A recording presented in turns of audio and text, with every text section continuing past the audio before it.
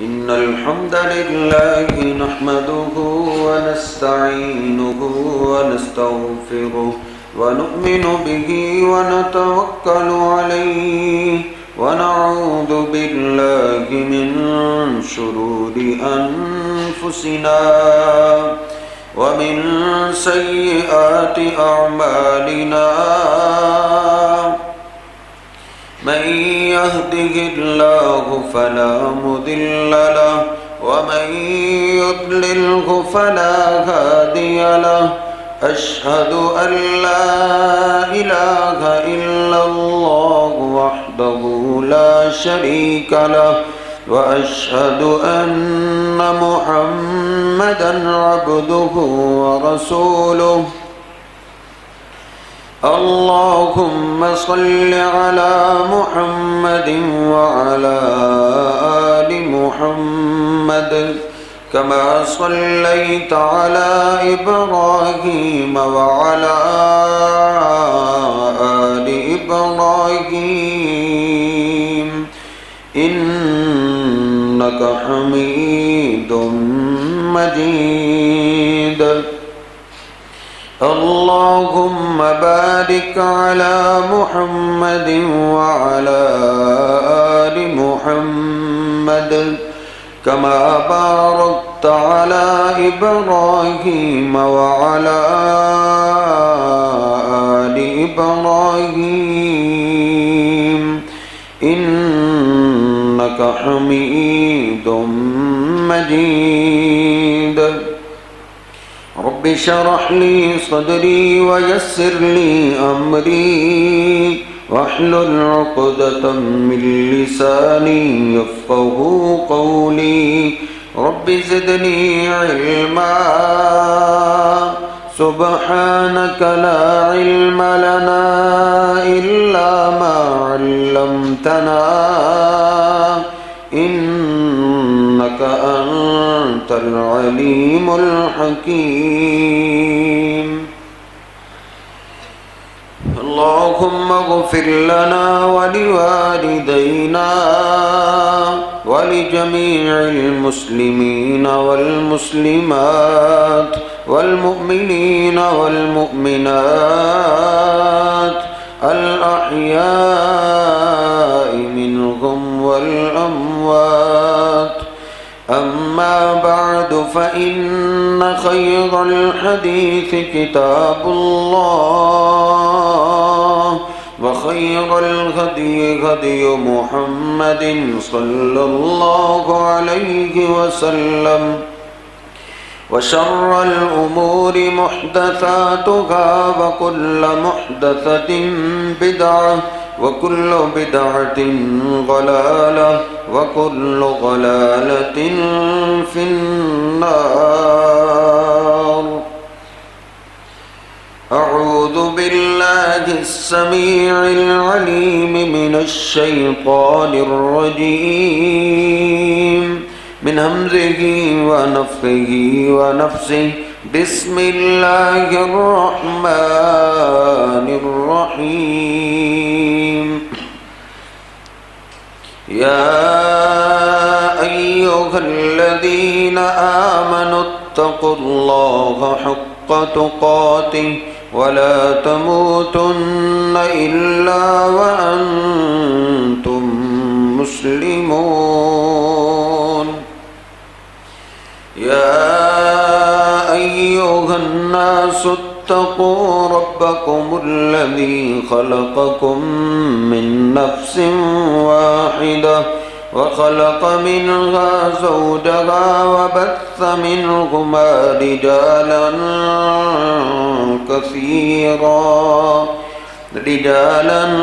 كثيرا ونساء واتقوا الله الذي تساءلون به والأرحام إن الله كان عليكم رقيبا يا أيها الذين آمنوا اتقوا الله وقولوا قولا سديدا يصلح لكم أعمالكم ويغفر لكم ذنوبكم ومن يطع الله ورسوله فقد فاز فوزا عظيما سبحان ربك رب العزة عما يصفون وسلام على المرسلين والحمد لله رب العالمين.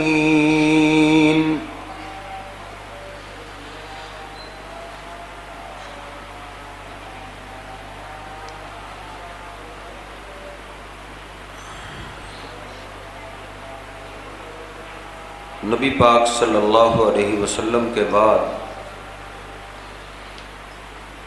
مسلمانوں پہ جتنے بھی حالات گزرے ہیں، ان حالات میں سے سب سے بدترین حالات جن سے آج کل ہمارا سامنا ہے، مسلمان ہی مار کھاتے ہوئے نظر آ رہے ہیں، مسلمان ہی پریشان ہیں، مسلمان ہی مصیبتوں کے مارے ہوئے ہیں۔ اس کی کیا وجہ ہے؟ اللہ رب العزت فرماتا ہے ما اصابکم من مصیبت فبما کسبت ایدیکم۔ اس آیہ مبارکہ میں اللہ پاک نے ہم مسلمانوں کو خطاب کیا ہے کہ قرآن پاک پڑھنے والوں، اے اللہ اور اللہ کے رسول صلی اللہ علیہ وسلم پہ ایمان لانے والوں، ما اصابکم، تمہیں جو تکلیف آئے گی، تمہیں جو مصیبت آئے گی، فَبِمَا كَسَبَتْ أَيْدِيكُمْ، تو وہ تمہارے اپنے ہاتھوں کی کمائی ہوگی، تمہاری بدعمالیوں کی وجہ سے تم پہ مصیبتیں ٹوٹ پڑیں گی۔ اللہ رب العزت کبھی کبھی مسلمانوں کو اس انداز سے بھی سزا دیتا ہے کہ اللہ کافروں کو مسلمانوں پہ مسلط کر دیتا ہے۔ سورہ بنی اسرائیل 15واں سپارہ پہلا رکوع ترجمے کے ساتھ پڑھ لیجیے۔ اللہ فرما رہا ہے جو بھی تمہیں مصیبت اور پریشانی آتی ہے وہ تمہاری بدعمالیوں کی وجہ سے آ رہی ہے، اس لیے واپس آؤ، پچھلے گناہ بخشواؤ اور آئندہ سے اللہ پاک کی، اللہ کے رسول کی نافرمانی نہ کرنے کا پکا عزم کیجیے۔ ہماری ساری پریشانیوں کا حل یہ ہے۔ پچھلے گناہ کیسے معاف ہوں گے؟ سابقہ جو ہمارے گناہ ہیں،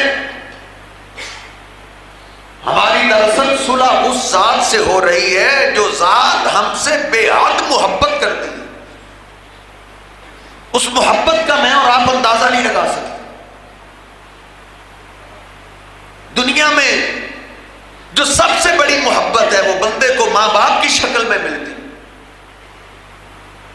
نبی پاک صلی اللہ علیہ وسلم فرماتے ہیں ماں سے بھی کہیں زیادہ اللہ پیار کرتا ہے۔ اس اللہ سے صلح کا طریقہ یہ ہے کہ اللہ سے ملاقات کریں، اللہ پاک کی ملاقات کے لیے آئیے۔ بھائی جب بھی کسی سے صلح کرنی ہو، کوئی سفارسی بھی چلا جائے تو وہ یہی کہتا ہے بھائی اس کو تو لے کے آؤ، مجھ سے تو بات کریں، وہ تو کچھ نہ کچھ مجھ سے بولے، تم سفارش کرنے کے لیے آ گئے ہو، وہ کیوں نہیں آیا؟ اس لیے اللہ پاک کی ملاقات ضروری ہے پچھلے گناہوں کی بخشش کے لیے۔ نبی پاک صلی اللہ علیہ وسلم تو یوں فرماتے ہیں اللہ پاک کی ملاقات کے لیے، اللہ سے باتیں کرنے کی جب بندہ تیاری شروع کرتا ہے، ہاتھ دھوتا ہے تو اللہ پاک ہاتھ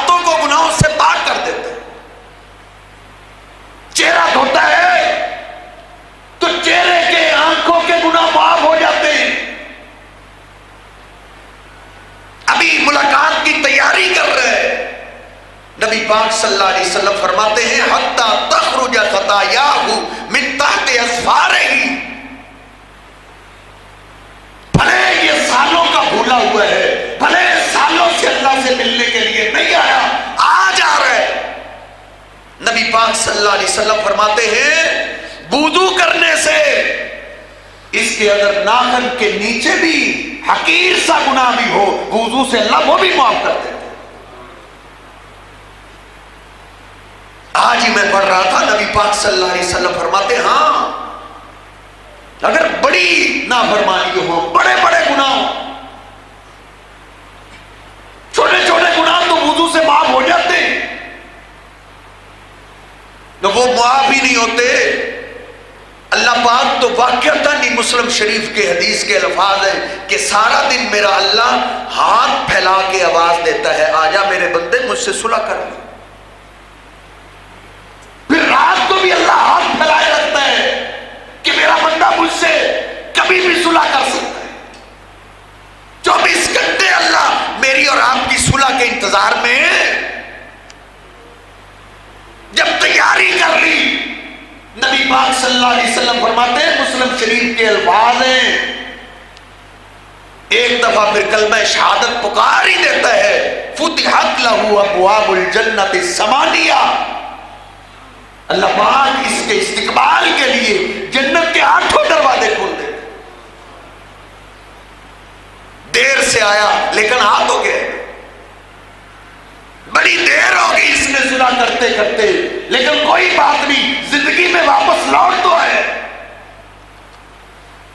پھر بھی اگر بڑے بڑے گناہ موجود ہوں جو وضو سے معاف نہیں ہوئے، نبی پاک صلی اللہ علیہ وسلم فرماتے ہیں جب اللہ کے سامنے آ کے اقرار کرتا ہے اللہ میں کچھ بھی نہیں، میری حیثیت تیرے مقابلے میں کیا ہے، کچھ بھی نہیں، تیرے آگے میں کچھ نہیں، اللہ اکبر، اللہ تیری سب سے بڑی ذات ہے، تیرے دربار میں حاضری میں نے دی ہے، جو ذات شہنشاہ ہے، بادشاہوں کا بادشاہ، سب سے بڑی ذات ہے۔ جب یہ اقرار کرتا ہے وَخَطَایَاهُ مَرْفُوعَةٌ عَلَىٰ رَأْسِهِ، اس کے جسم سے بڑے بڑے گناہ نکل کر کے بھی اس کے سر کے اوپر آ جاتا ہے۔ یہ سورۃ الفاتحہ پڑھ رہے ہیں، اللہ سے باتیں کر رہے ہیں، نبی پاک صلی اللہ علیہ وسلم نے فرمایا جو اللہ سے ڈائریکٹ باتیں کرنا چاہتا ہے وہ اللہ کا قرآن پڑھے، نماز پڑھے۔ ان المصلی یناجی ربہ، کیونکہ نماز پڑھنے والا آدمی اپنے اللہ سے ڈائریکٹ گفتگو کر رہے ہیں، ڈائریکٹ باتیں کر رہے ہیں۔ بلکہ مسلم شریف میں ہے جب یہ سورۃ الفاتحہ پڑھتا ہے تو اللہ اس اپنے بندے کی ایک ایک بات کا جواب بھی دیتا ہے۔ یہ کہتا ہے الحمدللہ رب العالمین، اللہ ساری تعریفیں تیرے لیے۔ اللہ فرشتوں کو کہتے ہیں حمیدنی عبدی، دیکھو میرا بندہ میری کیسے تعریفیں کر رہے ہیں، ایک ایک بول کا اللہ جواب دیتا ہے۔ اب یہ پھر رکوع میں چلا گیا، اللہ اکبر، اللہ تو ہی بڑا ہے، تیرے سامنے میں جھک گیا، پھر سجدے میں چلا گیا، اللہ کی بڑائیاں بیان کرنے لگا، سبحان ربی الاعلی۔ نبی پاک صلی اللہ علیہ وسلم فرماتے ہیں یہ اپنی جب پیشانی مٹی پہ زمین پہ لگا دیتا ہے اللہ اس کے بڑے گناہ بھی معاف کر دیتا ہے۔ اس لیے ہمارے آنے میں دیر ہے، اللہ پاک کے صلح کرنے میں کوئی دیر نہیں۔ نبی پاک صلی اللہ علیہ وسلم بخاری شریف میں نے آج ہی پڑھے، نبی پاک صلی اللہ علیہ وسلم اپنے حجرے سے نکلے، نماز کا ٹائم ہے، ایک صحابی جلدی سے آپ کے قریب ہوا، عرض کرتا اللہ کے حبیب اقم علی حدن، میں نے بہت بڑا جرم کر لیا ہے، مجھ پہ جو حد لگتی ہے وہ حد لگا، موت کے بعد کی سزا برداشت سے باہر ہے، دنیا میں سزا دو۔ نبی پاک صلی اللہ علیہ وسلم چلتے جا رہے ہیں، وہ بار بار اقرار کر رہے ہیں، سیدنا بلال نے تکبیر کہہ دی، آپ مصلی پہ آ گئے، آپ نے نماز سے سلام پھیرا، وہ پھر آ گیا، عرض کرتا ہے اللہ کے حبیب میرا گناہ مجھے ستا رہا ہے، اقم علیہ حدن، کہیں حد سے پہلے پہلے موت نہ آ جائے، میری جو سزا بنتی ہے وہ دنیا میں دے دیجئے۔ نبی پاک صلی اللہ علیہ وسلم نے پوچھا کیا اما قد صلیت معنا، کیا ابھی ابھی آپ نے ہمارے ساتھ نماز پڑھی؟ نہیں۔ عرض کرتا اللہ کے حبیب نماز تو میں نے پڑھی، آپ کے ساتھ پڑھی، آپ کی اقتداء میں پڑھی۔ آپ فرماتے ہیں لقد غفر اللہ ذنبک، تیرا جو بھی گناہ تھا اللہ نے نماز سے معاف کر دی۔ ہماری ساری پریشانیوں کا حل اللہ پاک نے یہ رکھا۔ ہم اپنی پریشانیوں کے حل کے لیے در در تو ٹھوکریں کھاتے ہیں، کبھی ایم پی اے کے دروازے پہ، کبھی ایم این اے کے دروازے پہ، کبھی کسی پولیس کے افسر کے دروازے پہ،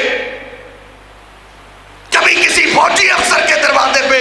ہاں مجھے اور آپ کو اگر ڈر نظر نہیں آتا تو اپنے رب کا ڈر نظر نہیں آتا، اس لیے ہماری پریشانی حل نہیں ہو رہی بلکہ بڑھ رہی ہے۔ نبی پاک صلی اللہ علیہ وسلم نے تو اپنے اصحاب کو اس انداز سے بھی تربیت کی، اس انداز سے بھی سمجھایا۔ وہ میرے ساتھیو تم بولو، ایک سوال تم سے کرنے لگا ہوں، ارائیتم لو ان نہرم بباب احدکم، اگر کسی کے دروازے کے سامنے نہر چل رہی ہو، بخاری شریف میں پانی کا انتظام اس کے دروازے کے پاس ہے، ثم یصلی فیہ 5 مرات،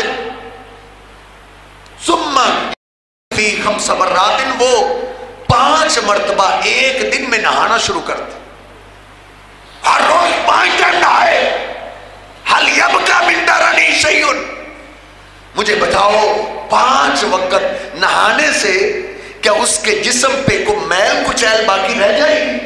5 وقت نہانے سے۔ صحابہ نے کہا اللہ کے حبیب لا یبقی، 1-2 دفعہ نہانے سے نہیں رہتی، 5 مرتبہ، یہ تو میل کچیل کا سوال ہی نہیں پیدا ہوتا۔ نبی پاک صلی اللہ علیہ وسلم نے کیا فرمایا؟ فَكَذَلِكَ مَثَلُ الصَّلَوَاتِ الْخَمْسِ، یہی مثال 5 نمازوں کی ہے۔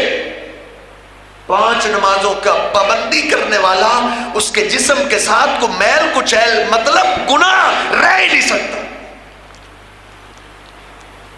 ذریعے میرے محترم بھائیوں، میں اور آپ اپنے ارد گرد اپنے دوست احباب، اپنی اولاد، اپنے گھر والوں کی فکر کریں، کہیں ہماری چھت کے نیچے کوئی بے نماز تو نہیں بستا۔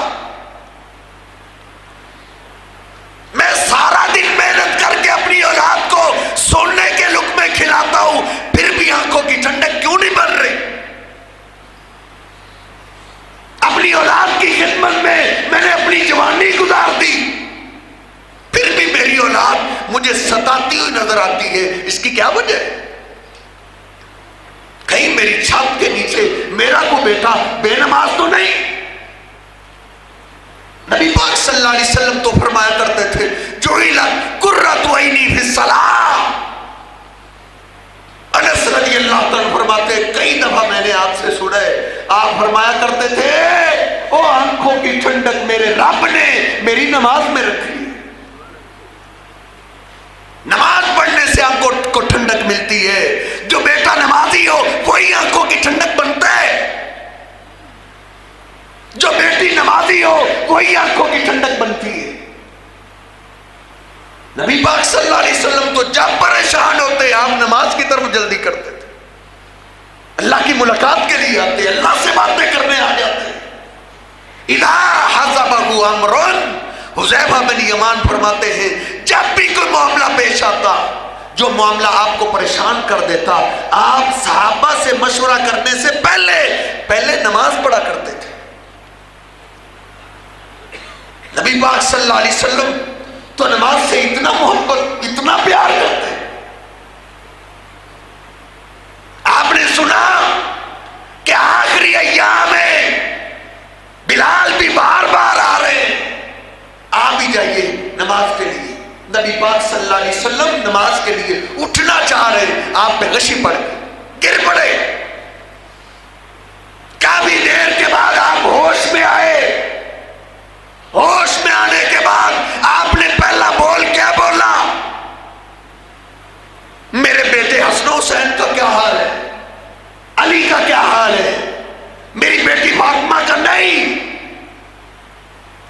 شریف کھولیے، پہلے الفاظ آپ بول رہے ہیں اصل الناس، کیا لوگوں نے نماز پڑھ لی ہے؟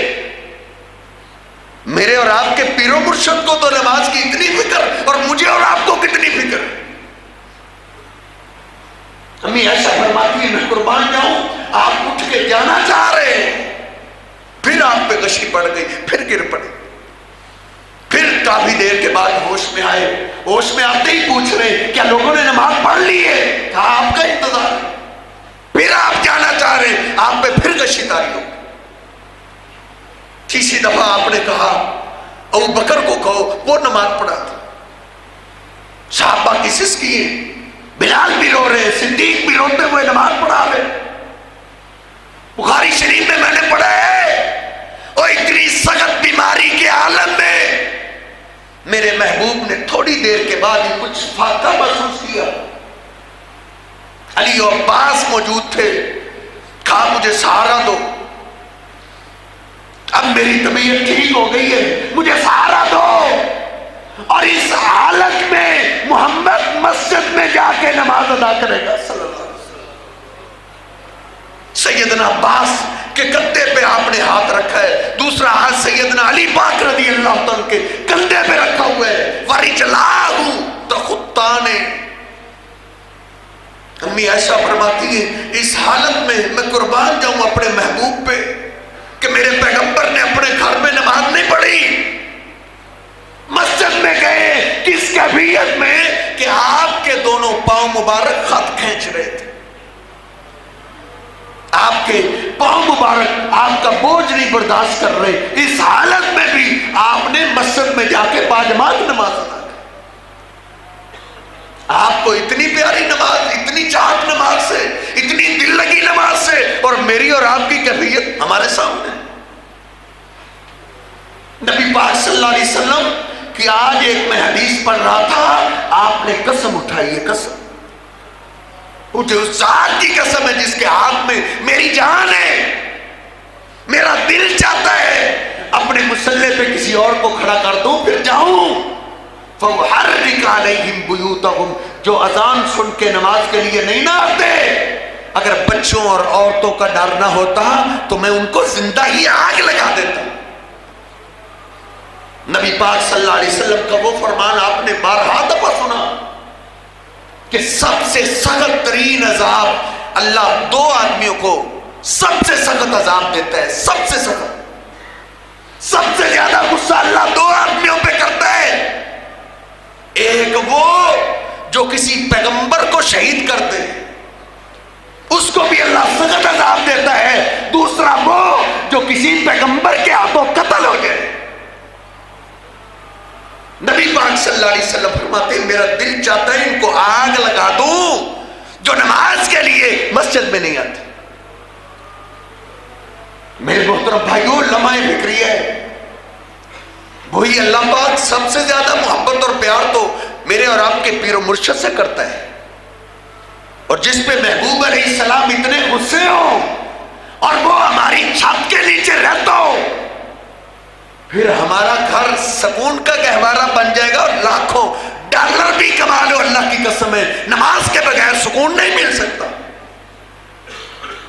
ہو سکتا ہے کوئی کافر یہودی اور عیسائی تو ہو سکتا ہے جس کو دنیا کا عارضی تھوڑا بہت سکون مل جائے، مسلمان کو نماز کے بغیر سکون نہیں مل سکتا۔ اس لیے تو جناب علی پاک رضی اللہ تعالیٰ بھی فرماتے نبی پاک صلی اللہ علیہ وسلم کا جو آخری کلام میں نے سنے، آپ یہی کہتے ہوئے جا رہے تھے الصلاۃ الصلاۃ، میں جا رہا ہوں نمازوں کو نہ چھوڑنا، نمازوں کا خیال رکھتے رہنا۔ اللہ کا قرآن بھی کہتا ہے کلا اذا بلغت التراقیہ وقیل من راق، جب کسی بے نماز آدمی کی موت کا وقت آتا ہے، یضربون وجوہہم وادبارہم، فرشتے آتے ہی اس کو مارنا شروع کر دیتے، اس کے چہرے پہ مارتے، اس کی پشت پہ مارتے۔ اب تو اس کی آواز بھی دنیا میں نکالنے پہ پابندی لاتے، وہ چیختا اور چلاتا ہے، اس کی آواز اس کے ہونٹوں سے باہر نہیں ہوتی۔ کلا اذا بلغت التراقیہ، روح لینے والے فرشتے آگے مار رہے ہیں، اس کی روح حلق میں پھنسی ہوئی ہے، آواز دی جاتی ہے حل من راق، کوئی ہے دم جھاڑو کرنے والا جو اس کو بچا لے، ہے کوئی ڈاکٹر طبیب لے کے آؤ، اس پہ سورہ یاسین پڑھے، اس پہ اتنی مشکل کیوں آ رہی ہے، اتنی تکلیف میں کیوں آ رہا ہے؟ اللہ کا قرآن کہتا ہے، اللہ کا قرآن بتاتا ہے اس پہ مشکل وقت کیوں آیا ہے، اس کو موت کے وقت باہر کیوں پڑ رہی ہے؟ ہاتھ تو پھیلا رہا ہے، ہاتھ اس کا خالی ہے، کدھر گئے میرے یورو، کدھر گئے میرے ڈالر، میری گاڑیاں کدھر ہے؟ خالی ہاتھ جیسے دنیا میں آیا ویسے جا رہا ہے۔ اللہ کہتا ہے میں بتاتا ہوں اس کو کس چیز کی صدا مل رہی ہے، فلا صدق ولا صلی، اس کو مارا اس لیے جا رہا ہے کہ یہ دنیا میں نماز نہیں پڑھتا تھا، کبھی اس نے سچ نہیں بولا، کبھی اس نے نماز نہیں پڑھی، فلا صدق ولا صلی ولکن کذب وتولی، جب اس کو نماز کا نام لیا جاتا یہ جھٹلاتا اور بھاگ جاتا تھا، منہ پھیر لیتا تھا، نماز کا نام لینے والوں سے یہ نفرت کرتا تھا، موت کے وقت ذلیل ہو رہے، اس پہ سختیاں آ رہی ہیں۔ نبی پاک صلی اللہ علیہ وسلم فرماتے ہیں بخاری شریف میں 3 جگہ آج میں نے روایت پڑھی ہے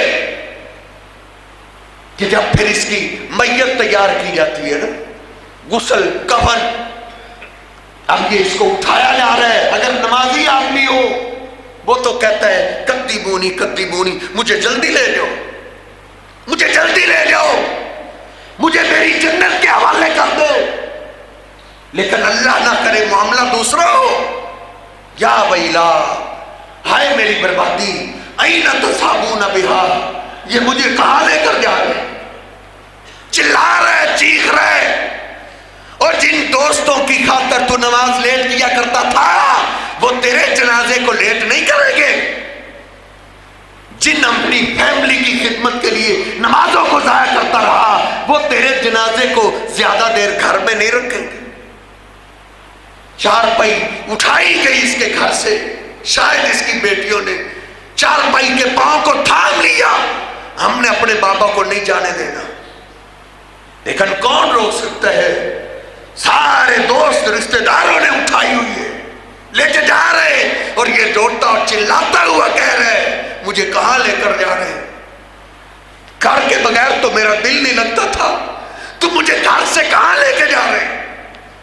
وہ چیخ اور چلا رہا ہوتا ہے، نبی پاک صلی اللہ علیہ وسلم فرماتے ہیں اس کے چیخ و پکار اور درد بھری آواز کو انسان کے سوا سارے جانور اور پرندے سنتے ہیں۔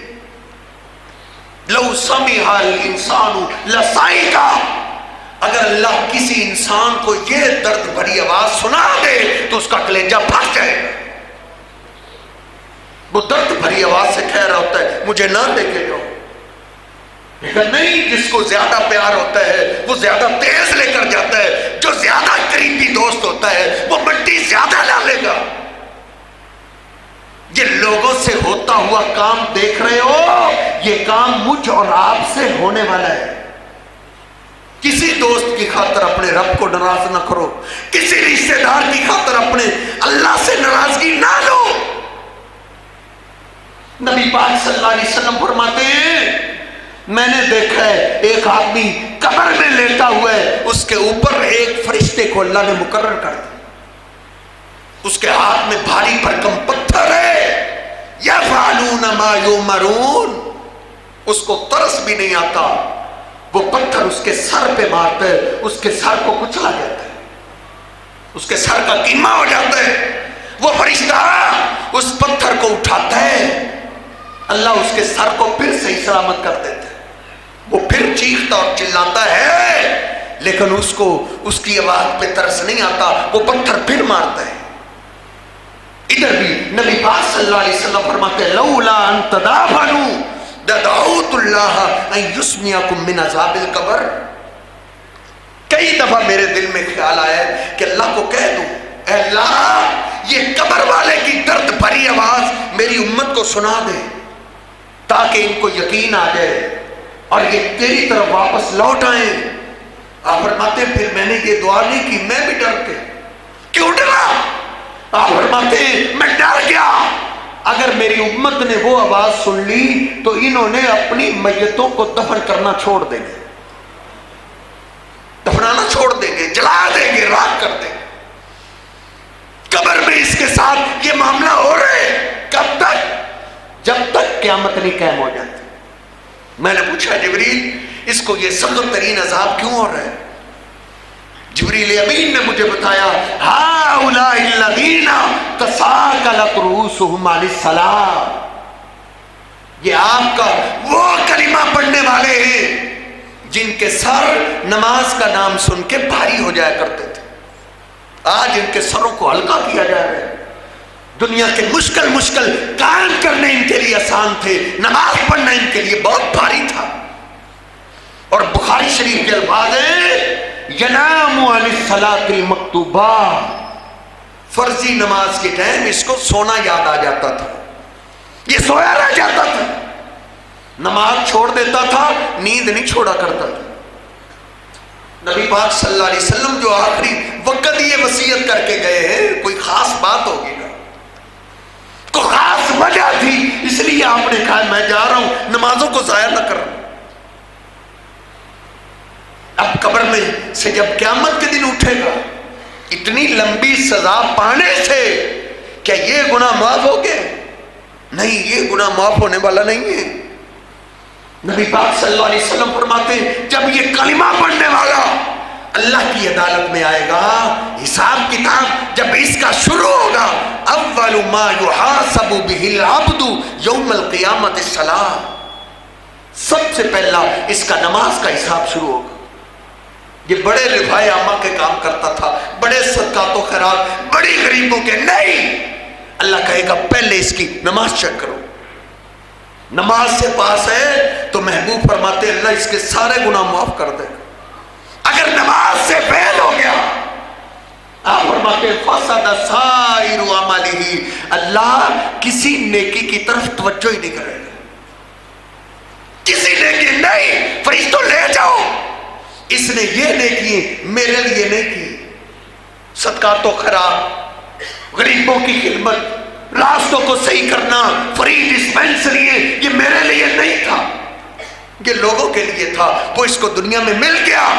اگر میرے لیے کرتا تو نماز کا حکم بھی تو میں نے ہی دیا تھا۔ اب اللہ کی طرف سے اعلان ہو رہے، محبوب پیغمبر کا فرمان ہے ما قارون و فرعون، جہنم کے اس گڑھے میں اس کو پھینکا جائے جہاں فرعون جل رہا ہے، فرعون کے ساتھ اس بے نماز کو پھینکا جائے گا۔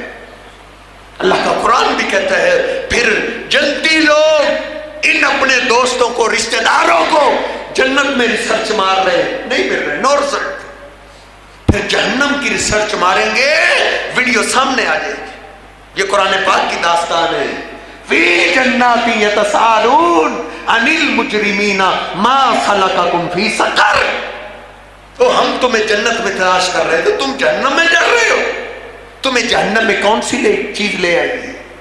اب چیختے چلاتے ہوئے کیا کہیں گے؟ ہم دنیا میں کلمہ نہیں پڑھتے تھے، پوچھئے علماء سے، جس نے کلمہ نہیں نہ پڑھا اس پہ نماز فرض ہی نہیں۔ اگر آپ نے اب کلمہ پڑھا ہے تو آپ پہ نماز اب فرض ہوئی ہے۔ وہ یہ نہیں کہیں کہ ہم کلمہ نہیں پڑھتے گے، پہلا جواب لم نکن من المصلین، ہم دنیا میں نماز نہیں پڑھا کرتے تھے، ولم نکن نطعم المسکین، غریبوں کے کھانے کا انتظام نہیں کرتے تھے، صدقات و خیرات ہمیں موت تھی، وَكُنَّا نَخُوضُ مَعَ الْخَائِضِينَ، ہم نے نمازیں کہاں سے پڑھنی، صدقات و خیرات کہاں سے کرنا، ہم نمازیوں اور صدقہ کرنے والوں کا مذاق اڑایا کرتے تھے۔ یہ اللہ نے پاکستان کا نقشہ کھینچے، ہم نمازیوں کو پاگل سمجھتے تھے، ہم صدقہ و خیرات کرنے والوں کو بے وقوف سمجھا کرتے تھے۔ اللہ نے آگے سخت قانون بیان کیا ہے کہ ان کو کسی کی سفارش فائدہ ہی نہیں دے گی، اس لیے نماز کا معاملہ بڑا ہی عام ہے۔ اپنے بچوں کو، اپنے دوستوں کو یہ محبوب کی آخری وصیت ضرور ہر روز تلقین کرتے رہیں۔ اللہ رب العزت مجھے اور آپ کو سمجھنے کی توفیق عطا فرمائے۔ وَأَقُولُ قَوْلِي هَٰذَا أَسْتَغْفِرُ اللَّهَ لِي وَلَكُمْ وَلِسَائِرِ